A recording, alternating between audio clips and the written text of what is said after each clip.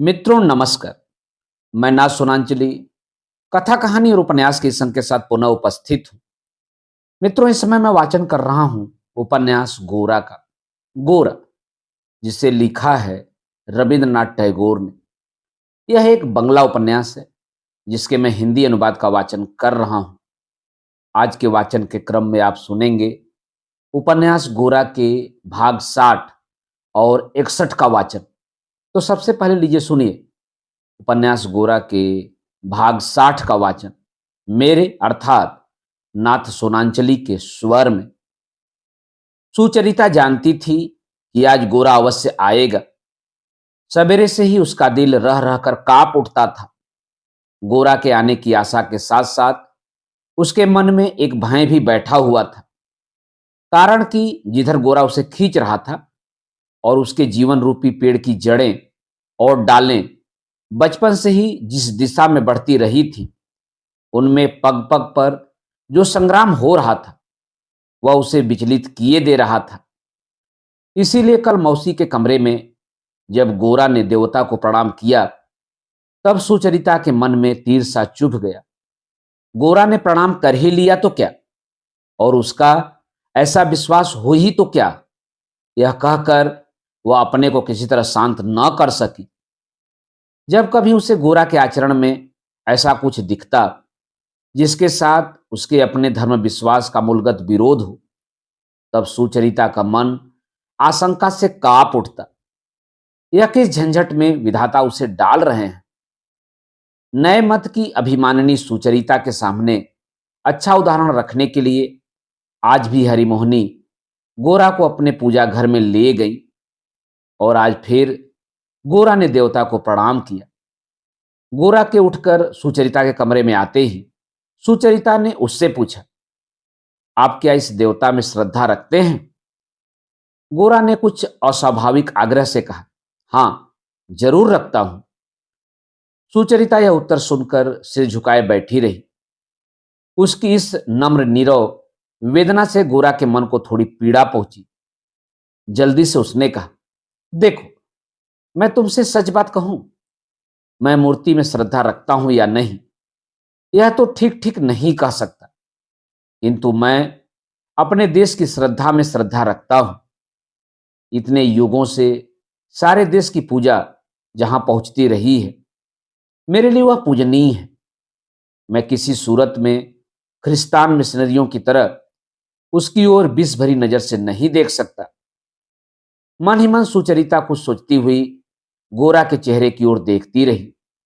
गोरा ने कहा, मेरी बात ठीक ठीक समझना तुम्हारे लिए बहुत मुश्किल है, यह मैं जानता हूं। उसका कारण यही है कि संप्रदाय के भीतर रहते हुए इन सब तथ्यों की ओर मनुष्य होकर सहज दृष्टि से देखने की शक्ति तुम लोगों में नहीं रही। जब तुम अपनी मौसी के कमरे में मूर्ति को देखती हो तो केवल पत्थर को ही देखती हो, जबकि मैं तुम्हारी मौसी के भक्तिपूर्ण करुण हृदय को देखता हूं। यह देखकर क्या मैं क्रोध या अवज्ञा कर सकता हूं? तुम क्या समझती हो कि उस हृदय का देवता सिर्फ पत्थर का देवता है? सुचरिता ने कहा, श्रद्धा करना ही क्या काफी है? किसमें श्रद्धा, यह क्या बिल्कुल नहीं सोचना चाहिए? कुछ उत्तेजित होकर गोरा ने कहा, मतलब यह कि तुम समझती हो एक सीमाबद्ध पदार्थ को ईश्वर कहकर पूजा करना भ्रम है, लेकिन सीमा का निर्णय क्या देश काल की दिशा से ही करना होगा? सोचो कि ईश्वर के बारे में शास्त्र का कोई वाक्य याद करने से तुम्हारे मन में श्रद्धा जागती है, तब जिस पन्ने पर वह वाक्य लिखा है उसी को नापकर और उसके अक्षर गिनकर ही क्या तुम उस वाक्य का महत्व निश्चित करोगी? भाव की असीमता तो विस्तार की असीमिता से कहीं बड़ी चीज है। चंद्र सूर्य और तारों भरे अनंत आकाश की अपेक्षा तुम्हारी मौसी के लिए यह छोटी सी मूर्ति ही वास्तव में असीम है। तुम परिणाम में असीम को ही असीम मानती हो, इसीलिए तुम्हें आंख बंद करके असीम की बात सोचनी होती है।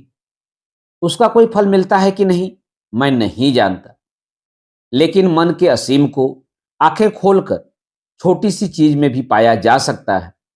यदि न पाया जा सकता तो संसार के सब सुख नष्ट हो जाने पर भी तुम्हारी मौसी उस एक मूर्ति को ऐसे जकड़कर पकड़े हुए कैसे रह सकती? हृदय का इतना बड़ा सूनापन क्या खेल ही खेल में एक पत्थर के टुकड़े से भर दिया जा सकता है?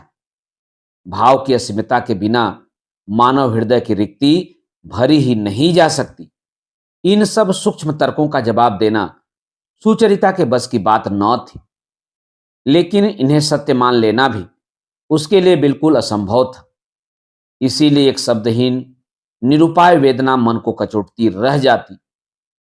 गोरा के मन में विरोध पक्ष से तर्क करते समय कभी भी जरा सी दया का संचार नहीं होता, बल्कि ऐसे मौकों पर उसके मन में किसी शिकारी जंतु सी कठोर हिंसा जाग उठती है। परंतु सुचरिता की निरुत्तर हार से आज उसका मन न जाने क्यों व्यथित होने लगा। उसने अपने स्वर को भरसक कोमल करते हुए कहा, तुम लोगों के धर्म मत के विरुद्ध मैं कुछ भी नहीं कहना चाहता। मेरी बात सिर्फ इतनी है कि जिसे तुम मूर्ति कहकर बुराई कर रही हो वह मूर्ति क्या है? यह केवल आंखों से देखकर जाना ही नहीं जा सकता। उससे जिसके मन को शांति मिलती है, जिसका हृदय तृप्त हुआ है, जिसके जीवन को सहारा मिला है, वही जानता है कि वह मूर्ति मृगमय है या चिन्मय है, ससीम है कि असीम। मैं तुमसे कहता हूं, हमारे देश का कोई भी भक्त ससीम की पूजा नहीं करता। सीमा में ही सीमा को भुला देना, यही तो उनकी भक्ति का असली आनंद है। सुचरिता ने कहा, लेकिन सभी तो भक्त नहीं होते। गोरा ने कहा, जो भक्त नहीं है उनके किसी की भी पूजा करने से किसी का क्या आता जाता है? ब्रह्म समाज में भी जिनमें भक्ति नहीं है वे क्या करते हैं? उनकी सारी पूजा किसी अतल शून्य में जा गिरती है? नहीं, बल्कि वह तो शून्यता से भी ज्यादा भयानक है, क्योंकि गुटबंदी ही उनका देवता है और अहंकार उनका पुरोहित। इस रक्त पिपासु देवता की पूजा क्या तुम लोगों के समाज में कभी नहीं होती? सुचरिता ने इस बात का कोई उत्तर न देकर गोरा से पूछा, धर्म के बारे में आप यह जो कुछ कह रहे हैं वह क्या अपनी जानकारी से ही कह रहे हैं? कुछ मुस्कुराकर गोरा ने कहा, यानी तुम यह पूछना चाहती हो कि मैंने कभी ईश्वर को चाहा है या नहीं? नहीं, मेरा मन इधर नहीं गया। यह बात सुचरिता के लिए कोई प्रसन्न होने की न थी, लेकिन फिर भी उसे जैसे तसल्ली मिली। इस मामले में अधिकारपूर्ण ढंग से कुछ कहने की स्थिति गोरा की नहीं है। इससे उसे एक प्रकार की निश्चिंतता ही हुई। गोरा ने कहा, किसी को धर्म शिक्षा दे सकने का मेरा कोई इरादा नहीं है, लेकिन मेरे देश के लोगों की भक्ति का तुम लोग उपहास करो यह भी मैं नहीं सह सकता। तुम अपने देश के लोगों को पुकार कर कहती हो तुम लोग मूर्ख हो, तुम लोग मूर्ति पूजक हो। मैं उन सबको पुकार कर कहना चाहता हूं, नहीं, तुम लोग मूर्ख नहीं हो, तुम लोग मूर्ति पूजक भी नहीं हो, तुम लोग ज्ञानी हो, भक्त हो। मैं अपनी श्रद्धा के द्वारा देश के लोगों को हमारे धर्म तत्व की महत्ता और भक्ति तत्व की गंभीरता के प्रति जागृत करना चाहता हूं। उनकी जो धरोहर है उसमें उनका स्वाभिमान जगाना चाहता हूं। मैं उनका सिर झुकाना नहीं चाहता। मैं यही चाहता हूं कि उनमें अपने प्रति धिक्कार का भाव पैदा हो और वे सत्य के प्रति अंधे हो जाए। यही मेरा संकल्प है। तुम्हारे पास भी आज मैं इसीलिए आया हूं। जब से मैंने तुम्हें देखा है तब से एक नई बात दिन रात मेरे मन में चक्कर काटती रहती है, जो मैंने पहले कभी नहीं सोची थी। मैं बराबर यही सोच रहा हूं कि संपूर्ण भारतवर्ष केवल पुरुषों की दृष्टि से तो प्रत्यक्ष नहीं हो सकेगा। हमारी स्त्रियों की आंखों के सामने जिस दिन भारतवर्ष का आविर्भाव होगा उसी दिन यह पूर्णतः प्रत्यक्ष हो सकेगी। मेरे मन में यही आकांक्षा धधक रही है कि मैं तुम्हारे साथ एक दृष्टि से और एक ही साथ अपने देश को अपने सामने प्रत्यक्ष कर सकूं। अपने भारतवर्ष के लिए मैं पुरुष तो केवल श्रम कर सकता हूं या मर सकता हूं, लेकिन दीप जलाकर उसकी अगवानी तुम्हारे अलावा कौन कर सकता है? तुम अगर उससे दूर रहोगी तो भारतवर्ष की सेवा सत्य नहीं हो सकेगी। हाय, कहां था भारतवर्ष? कहां कितनी दूर थी सुचरिता? और कहां से आ गया भारत का यह पुजारी? या भावों में डूबा हुआ तापस, सभी को ठेलकर क्यों वह उसी के पास आ खड़ा हुआ? सभी को छोड़कर उसने क्यों उस अकेली को पुकारा? उसने कोई बंधन नहीं माना, कोई संशय नहीं किया। कहा, तुम्हारे बिना नहीं चलेगा, तुम्हें लेने आया हूं। तुम निर्वासित ही रहोगी तो यज्ञ संपन्न नहीं हो सकेगा। सुचरिता की आंखों से विवशतावश आंसू झरने लगे। क्यों? यह वह स्वयं समझ न सकी। गोरा ने सुचरिता के चेहरे की ओर देखा। उस दृष्टि के सामने सुचरिता ने अपनी आंसू भरी आंखें झुकाई नहीं। वे आंखें जैसे चिंतायुक्त ओस भीगे फूल की तरह अत्यंत आत्मविस्मृत भाव से गोरा के चेहरे की ओर खिलती रही। सुचरिता की उन संकोच विहीन, शंका विहीन, आंसू ढली आंखों के सामने गोरा की समस्त प्रकृति वैसे ही कांपने लगी जैसे भूकंप में संगमरमर का महल कांपने लगता है। पूरा जोर लगाकर गोरा अपने को संभालने के लिए मुड़कर खिड़की से बाहर देखने लगा। तब सांझ हो गई थी।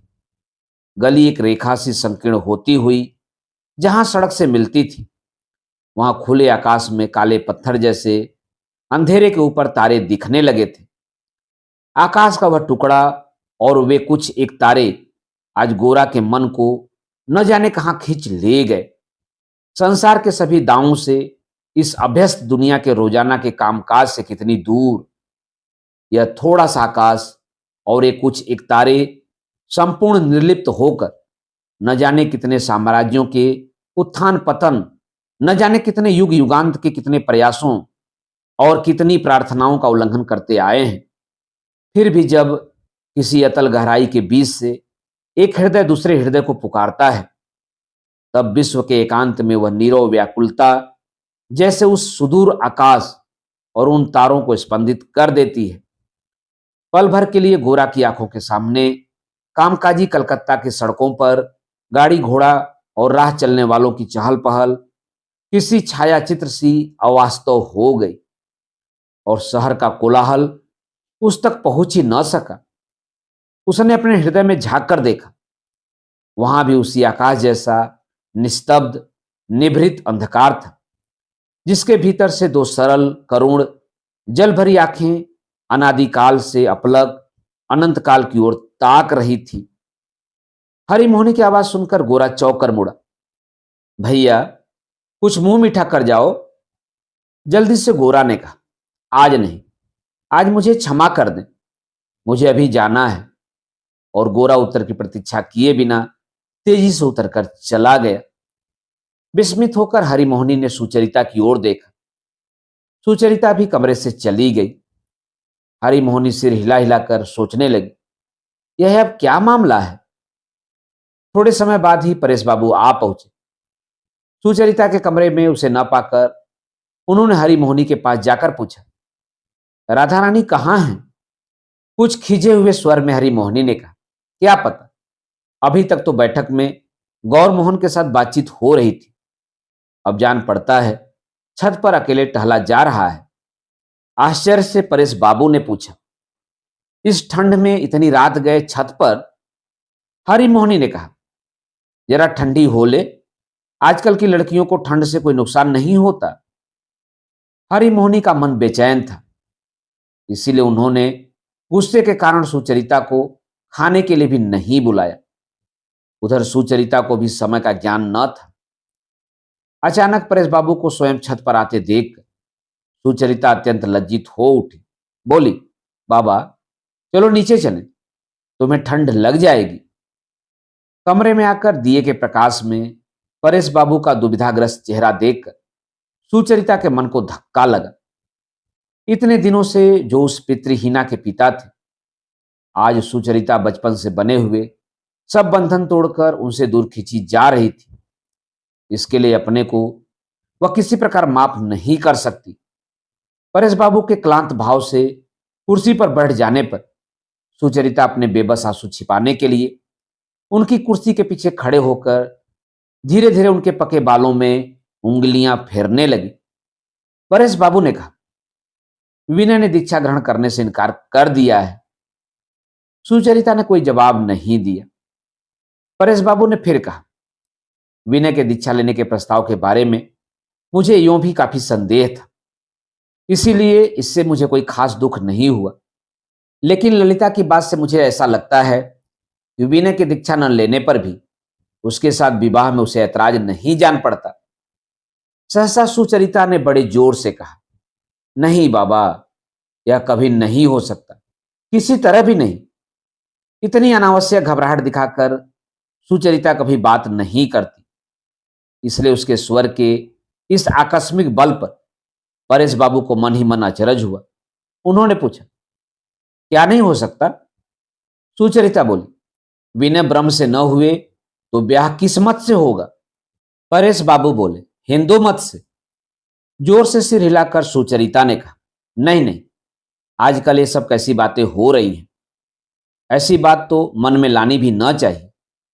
इतना सब हो जाने पर क्या ललिता का विवाह मूर्ति पूजा की रीति से होगा?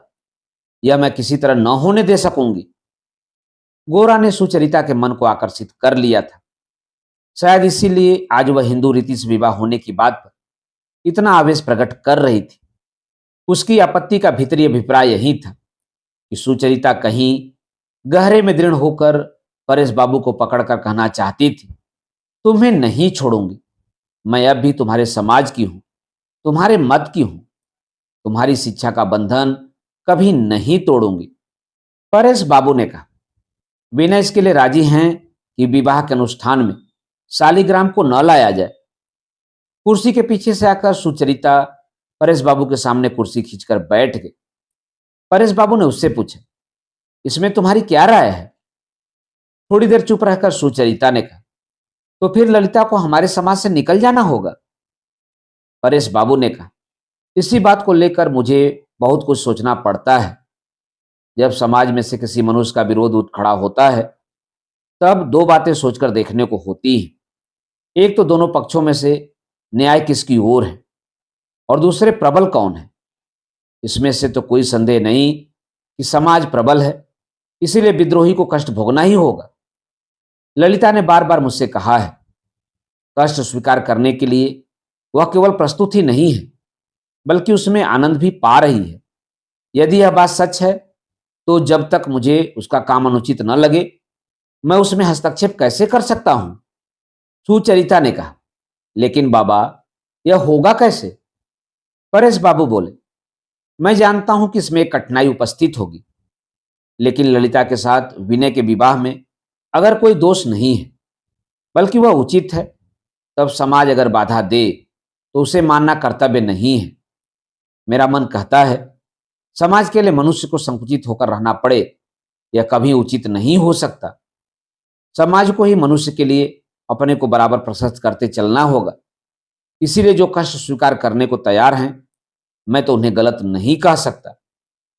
सुचरिता ने कहा, बाबा, इसमें सबसे अधिक कष्ट तो तुम्ही को भुगतना होगा। परेश बाबू ने कहा, वह बात कोई चिंता की बात नहीं है। सुचरिता ने कहा, बाबा, तुमने क्या सहमति दे दी है? परेश बाबू ने कहा, नहीं, अभी नहीं दी, लेकिन देनी ही होगी। ललिता जिस मार्ग पर चल रही है, उस पर मेरे अलावा और कौन उसे आशीर्वाद देगा, और ईश्वर के सिवा कौन सहायक होगा? परेश बाबू के चले जाने पर सुचरिता स्तब्ध होकर बैठी रही। परेश बाबू ललिता को मन ही मन कितना चाहते हैं, यह वह जानती थी। वहीं ललिता बधी लीक छोड़कर इतने बड़े अज्ञात पथ में प्रवेश करने जा रही है, इससे उसका मन कितना उद्विग्न होगा, यह वह समझ सकती थी। फिर भी इस उम्र में वह इतने बड़े विप्लव में सहायता करने जा रहे हैं, और इस पर कितने कम विक्षुब्ध हैं। अपना बल वह प्रकट नहीं करते, किंतु उनके भीतर कितना अपार बल अनायास ही अपने को छिपाए बैठा है। पहले होता तो परेश बाबू की प्रकृति का यह परिचय सुचरिता को विचित्र न जान पड़ता, लेकिन परेश बाबू को वह बचपन से ही तो देखती आई है। लेकिन आज थोड़ी देर पहले ही तो उसके समूचे अंतःकरण ने गोरा का आघात सहा था, इसलिए दोनों के स्वभाव की संपूर्ण भिन्नता का मन ही मन तीव्र अनुभव किए बिना वह रह न सकी। गोरा के लिए उसकी अपनी इच्छा कितनी प्रबल है, और अपनी इच्छा को बलपूर्वक काम में लाकर वह दूसरे को कैसे अभिभूत कर डालता है। गोरा के साथ जो कोई व्यक्ति जो भी संबंध स्वीकार करेगा, गोरा की इच्छा के समक्ष उसे झुकना ही पड़ेगा। आज सुचरिता भी झुकी है और झुककर उसने आनंद भी पाया है। अपने को विसर्जित करके उसने ऐसा अनुभव किया है जैसे उसने कोई बहुत बड़ी चीज पाई हो। फिर भी आज जब परेश बाबू उसके कमरे में दिए के प्रकाश से निकलकर चिंता से सिर झुकाए हुए धीरे धीरे बाहर के अंधकार में चले गए, तब सुचरिता ने यौवन के तेज से दीप्त गोरा के साथ विशेष रूप से उनकी तुलना करके अपनी भक्ति की पुष्पांजलि विशेष रूप से परेश बाबू के चरणों पर चढ़ाई। दोनों हाथ जोड़कर गोद में रखे हुए वह बहुत देर तक चुपचाप चित्रलिखित प्रतिमा सी बैठी रही। मित्रों, यह था उपन्यास गोरा के भाग 60 का वाचन। वाचन के इसी क्रम में अब लीजिए सुनिए उपन्यास गोरा के भाग 61 का वाचन। आज सवेरे से ही गोरा के कमरे में बड़ी हलचल थी। पहले तो महिम ने हुक्के का कस लगाते लगाते आकर गोरा से पूछा, तो आखिर विनय ने अपनी बेड़ियां काट ही दी क्यों? सहसा उनकी बात न समझकर गोरा उनके चेहरे की ओर देखता रहा। महिम बोले, हमसे और छिपाने से क्या होगा? तुम्हारे दोस्त की बात तो किसी से छिपी नहीं है। ढोल बज रहे हैं, यह देखो ना। कहते कहते एक बंगला अखबार महिम ने गोरा की ओर बढ़ा दिया। उसमें उसी दिन रविवार को विनय के ब्रह्म समाज में दीक्षा लेने के मामले पर तीखी टीका टिप्पणी की गई थी। गोरा जब जेल में था तब ब्रह्म समाज के किसी कन्या भारग्रस्त विशेष सदस्य ने इस दुर्बल चित्त युवक को गुप्त प्रलोभन देकर हिंदू समाज से फोड़ लिया था। इसी अभियोग का लेखक ने अपनी रचना में बड़ी कटु भाषा में विस्तार से वर्णन किया था। जब गोरा ने कहा कि यह खबर वह नहीं जानता था, तब पहले तो महिम को विश्वास नहीं हुआ। फिर विनय के इस भारी धोखे पर वह बार बार आश्चर्य प्रकट करने लगे। वह जता गए कि एक बार स्पष्ट शब्दों में शशि मुखी से विवाह करने की स्वीकृति देने के बाद भी जब विनय इधर उधर करने लगा, तभी उन्हें समझ लेना चाहिए था कि उसका सर्वनाश शुरू हो गया है। तभी अविनाश ने हफ्ते हफ्ते आकर कहा, यह क्या हो गया गौरमोहन बाबू? हम लोगों ने यह तो सपने में भी नहीं सोचा था। विनय बाबू की आखिर अविनाश अपनी बात पूरी ही न कर सका। विनय की इस लांछना से वह मन ही मन इतना खुश हो रहा था कि किसी तरह की चिंता का दिखावा करना भी उसके लिए असंभव हो गया। देखते देखते गोरा के गुट के सभी मुख्य लोग आ जुटे। विनय को लेकर उनके बीच एक बड़ी गर्मागर्म बहस छिड़ गई। अधिकतर लोगों ने एक ही बात कही। इस घटना में आश्चर्य की कोई विशेष बात न थी, क्योंकि विनय के व्यवहार में वे बराबर एक दुर्बलता और दुविधा देखते आए थे। वास्तव में विनय कभी मन वचन कर्म से उनके गुट का सदस्य हुआ ही नहीं था। किसी किसी ने कहा, विनय शुरू से ही अपने को किसी न किसी तरह गौरमोहन के बराबर सिद्ध करने का प्रयत्न करता रहा है, जो उन्हें असह्य लगता था। जहां दूसरे सब भक्ति के संकोच के कारण गौरमोहन से यथोचित दूरी बनाए रखते थे, वहां विनय जबरदस्ती गोरा के साथ ऐसे घुलता मिलता था मानो वह बाकी सबसे अलग हो और गोरा के बिल्कुल बराबर का हो। गोरा उसे स्नेह करते थे, इसीलिए उसकी इस हेकड़ी को बर्दाश्त कर लेते थे। ऐसे अबोध अहंकार का ऐसा ही सोचनीय परिणाम होता है। कोई कह रहा था, हम लोग विनय बाबू जितने विद्वान नहीं हैं, हमारी इतनी अधिक बुद्धि भी नहीं है, लेकिन भाई साहब, हम लोग बराबर किसी एक सिद्धांत पर चलते हैं। हमारे मन में कुछ और, मुंह पर कुछ और नहीं होता। आज ऐसे कल वैसे, यह हमारे बस का नहीं है। अब इस पर हमें कोई चाहे भोला कहे, चाहे मूर्ख कहे, चाहे कुछ और कहे, इन सब बातों में से किसी में भी गोरा ने योग नहीं दिया। चुपचाप बैठा रहा। काफी देर हो जाने पर एक एक करके जब सब चले गए, तब गोरा ने देखा विनय आकर उसके कमरे में प्रवेश न करके पास की सीढ़ी से सीधा ऊपर चला जा रहा है। गोरा ने जल्दी से कमरे से निकलकर पुकारा, विनय। सीढ़ियों से उतरकर विनय के कमरे में प्रवेश करते ही गोरा ने कहा, विनय, मैंने अनजाने में कोई अपराध कर दिया है क्या? तुमने तो जैसे मुझसे नाता ही तोड़ लिया है। पहले से ही विनय यह सोचकर कि आज गोरा से झगड़ा हो जाएगा, मन को कड़ा करके ही आया था। और अब गोरा का उदास चेहरा देखकर और उसके स्वर में आहत स्नेह की व्यथा का अनुभव करके उसकी वह बलपूर्वक संचित की हुई कठोरता क्षण भर में उड़ गई। वह कह उठा, भाई गोरा, मुझे गलत मत समझो। जीवन में अनेक परिवर्तन होते हैं, बहुत सी चीजें छोड़ देनी पड़ती हैं, लेकिन इससे दोस्ती का नाता थोड़े ही टूट जाएगा। थोड़ी देर चुप रहकर गोरा ने कहा, विनय, तुमने क्या ब्रह्म समाज में दीक्षा ले ली है? विनय ने कहा, नहीं गोरा, ली नहीं और लूंगा भी नहीं, लेकिन इस पर मैं कोई जोर भी नहीं देना चाहता। गोरा ने कहा, इसका मतलब? विनय ने कहा, इसका मतलब यही है कि मैंने ब्रह्म धर्म में दीक्षा ली या नहीं ली, इस बात को बहुत तूल देने का भाव अब मेरे मन में नहीं है। गोरा ने पूछा, तो यह पूछूं कि मन का भाव पहले कैसा था और अब कैसा हो गया है? वीना का मन गोरा के बात कहने के ढंग से फिर भड़क उठा। लड़ने के लिए कमर कसते हुए उसने कहा, पहले जब कभी सुनता था कि कोई ब्रह्म होने जा रहा है, तब मन ही मन बहुत क्रोध होता था। इच्छा होती थी कि उसको कुछ विशेष दंड मिले, लेकिन अब ऐसा नहीं होता। मुझे लगता है मत का जवाब मत से, युक्ति का जवाब युक्ति से दिया जा सकता है, लेकिन बुद्धि के मामले में क्रोध करके दंड देना बर्बरता है। गोरा ने कहा, हिंदू ब्रह्म होने जा रहा है, यह देखकर अब तुम्हें क्रोध नहीं होगा, लेकिन ब्रह्म प्रायश्चित करके हिंदू होने जा रहा है, यह देखकर तुम गुस्से से जल उठोगे। पहले से यही अंतर तुम में आया है। विनय ने कहा, यह बात तुम गुस्से से कह रहे हो, सोचकर नहीं कह रहे हो। गोरा बोला, मैं तुम पर श्रद्धा रखता हुआ ही कह रहा हूं। ऐसा होना ही ठीक था, और यदि मैं भी होता तो ऐसा ही होता।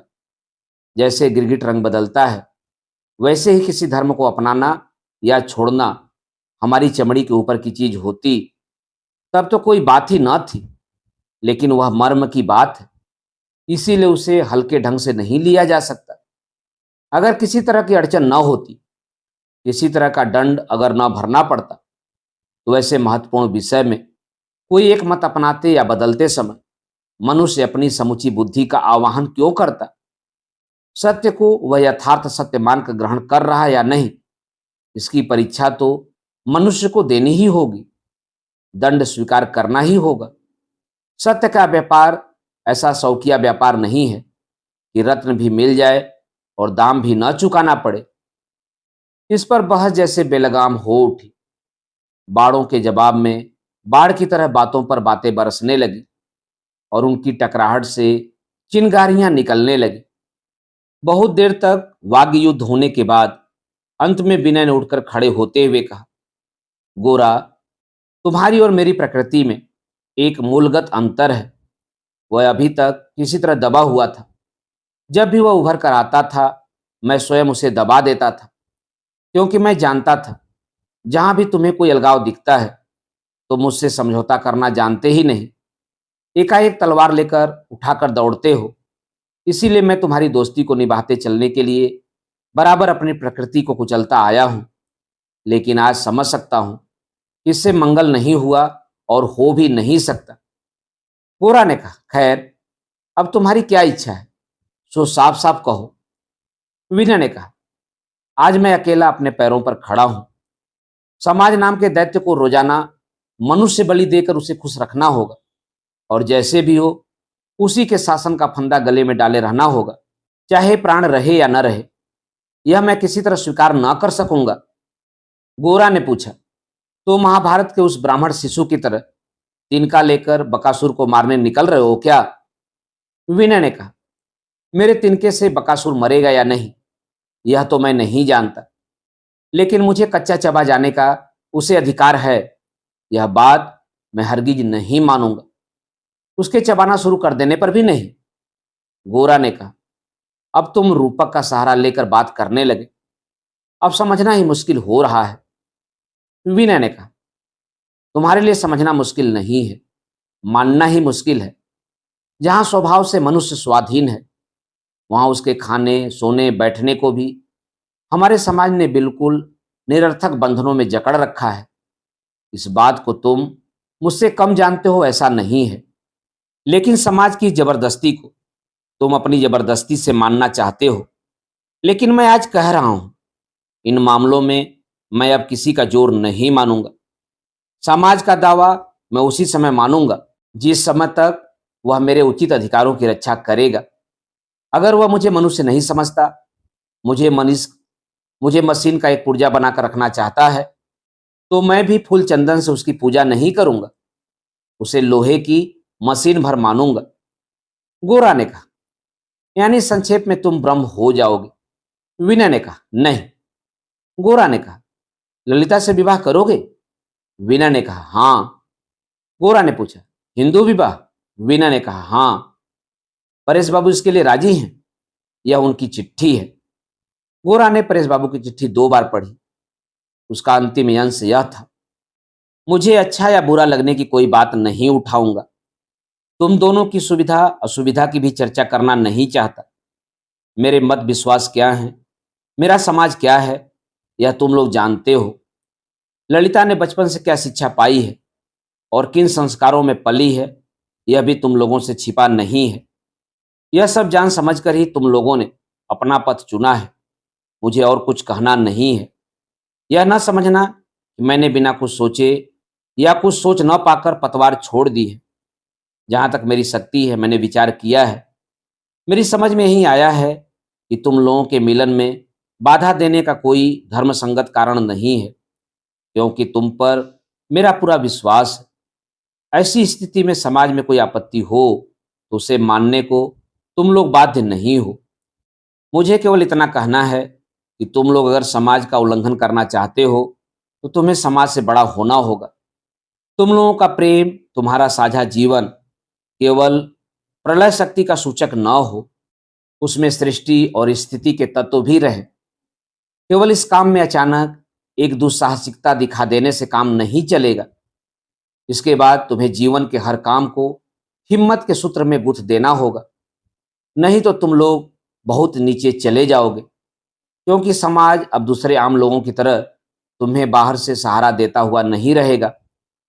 तुम लोग अपनी शक्ति से ही उन आम लोगों से बड़े न हुए तो तुम्हें उनसे भी नीचे जा पड़ना होगा। तुम लोगों के भविष्य के शुभाशुभ के बारे में मुझे बहुत चिंता है, लेकिन उस चिंता के कारण तुम लोगों का मार्ग रोकने का मुझे कोई अधिकार नहीं है। क्योंकि दुनिया में साहस करके जो लोग अपने जीवन के द्वारा नई नई समस्याओं का हल निकालने को तैयार होते हैं, वही समाज को ऊंचा उठाते हैं। जो सिर्फ नियम मानते हुए चलते हैं, वे समाज को केवल ढोते हैं, उसे आगे नहीं बढ़ाते। इसीलिए अपनी भीड़ता और चिंता को लेकर तुम्हारा मार्ग मैं नहीं रोकूंगा।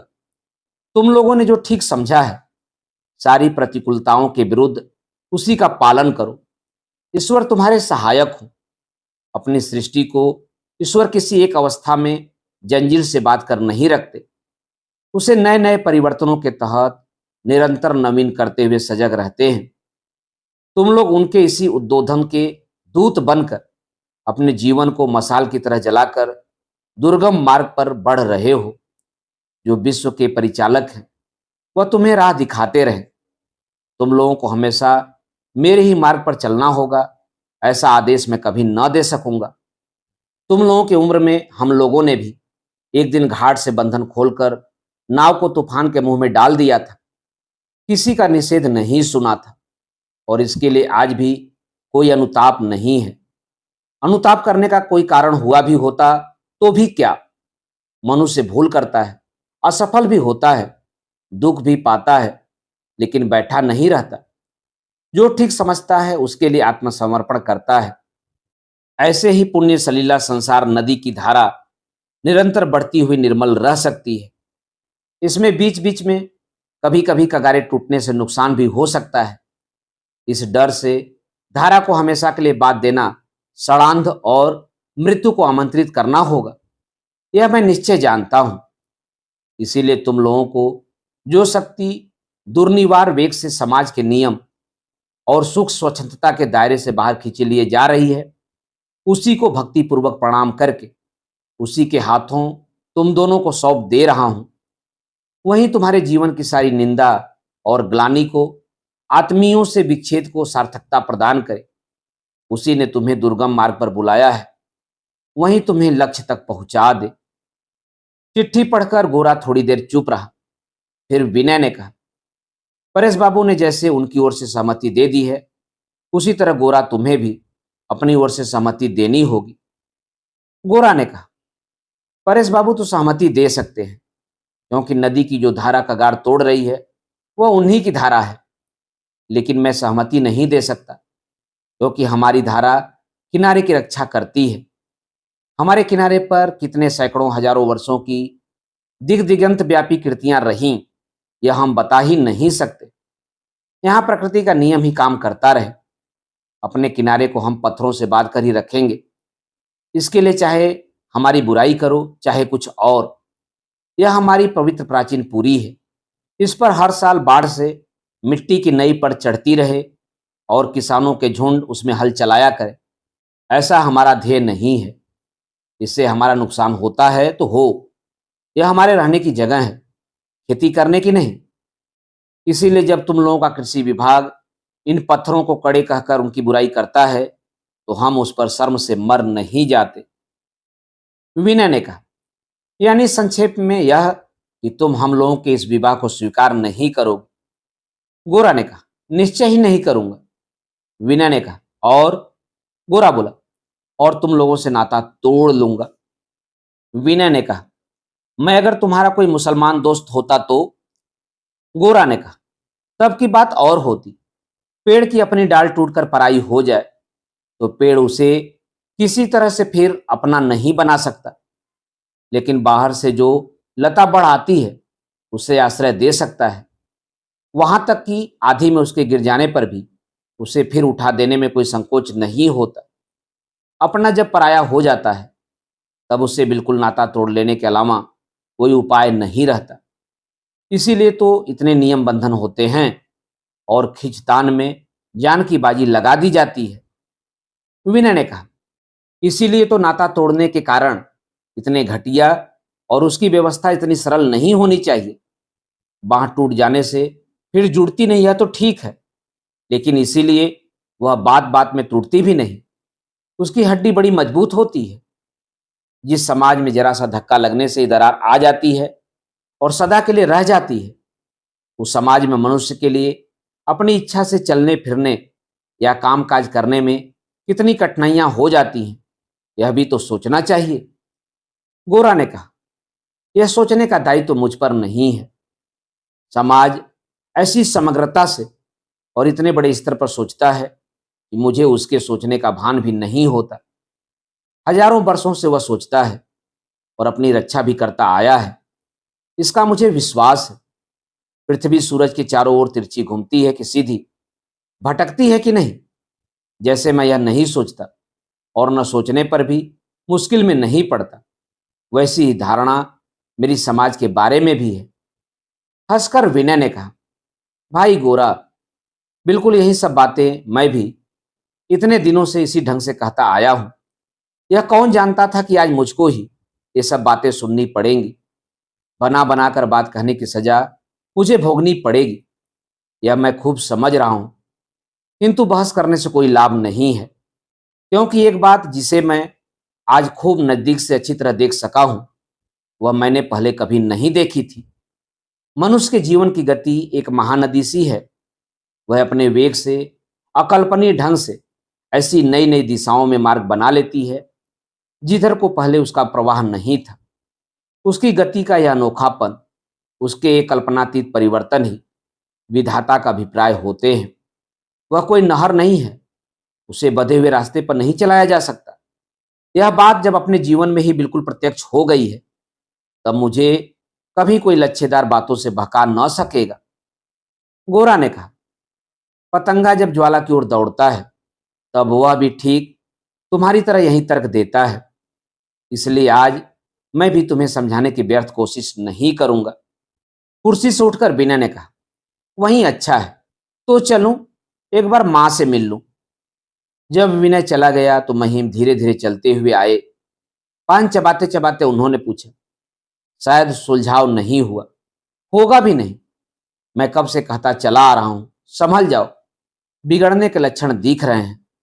लेकिन मेरी बात पर कभी ध्यान ही नहीं दिया।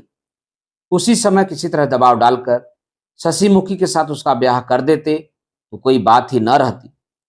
लेकिन काकस से परिवेदना कहूं भी तो किसको? जिसे कोई जानबूझकर न समझे वह तो माथा फोड़कर भी नहीं समझाया जा सकता।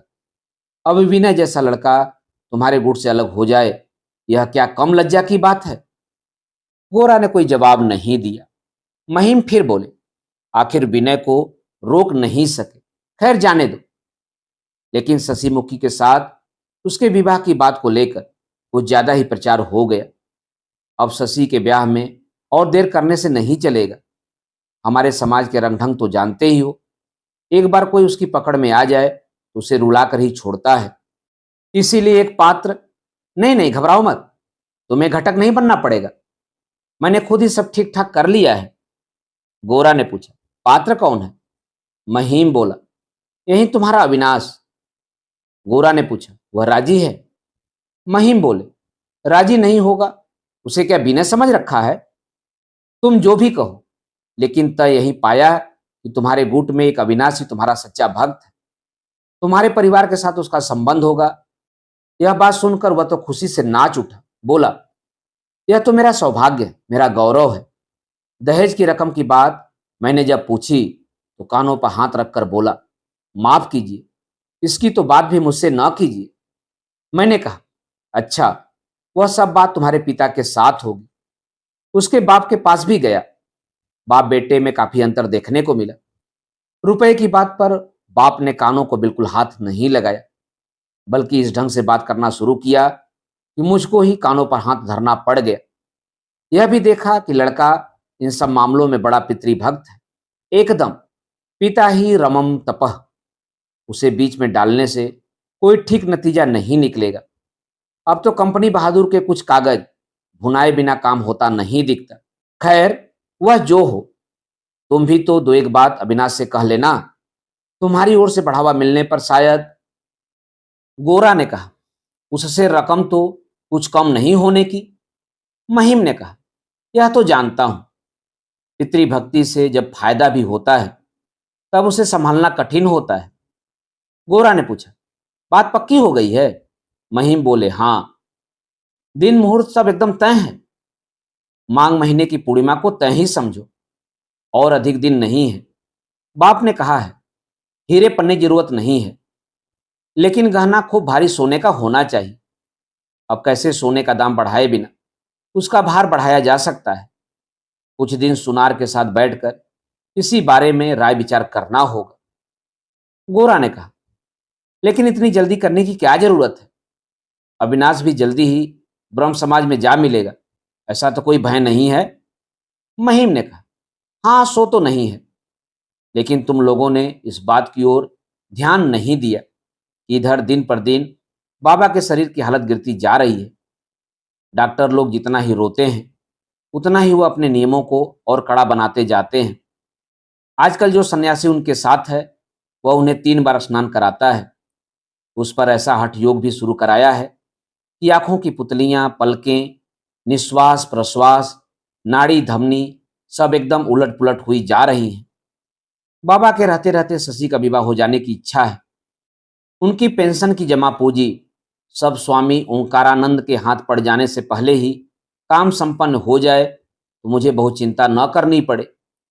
कल बाबा के सामने मैंने बात उठाई भी थी, देखा कि मामला इतना आसान नहीं है। मैंने सोचा है उस बेटा सन्यासी को कुछ दिन कस के गांजा पिलाकर काबू में करके उसी के द्वारा काम निकलवाना होगा। यह तुम निश्चय जान लो कि जो गृहस्थ हैं, जिनको रुपए की जरूरत सबसे अधिक है, बाबा का रुपया उनके हिस्से नहीं आएगा। मेरी मुश्किल यही है कि दूसरे का बाप तो कसकर रुपया वसूल करना चाहता है और अपना बाप रुपया देने की बात सुनते ही प्राणायाम करने बैठ जाता है। उसी 11 बरस की लड़की को अब क्या मैं गले में बांधकर डूब मरूं? मित्रों, अभी आप सुन रहे थे उपन्यास गोरा के भाग 61 का वाचन मेरे अर्थात ना सोनांचली के स्वर में। उपन्यास गोरा के आगे के भागों का वाचन आप मेरे वाचन के अगले क्रम में सुन सकते हैं। तो जुड़े रहिए कथा कहानी और उपन्यास के साथ। धन्यवाद। नमस्कार।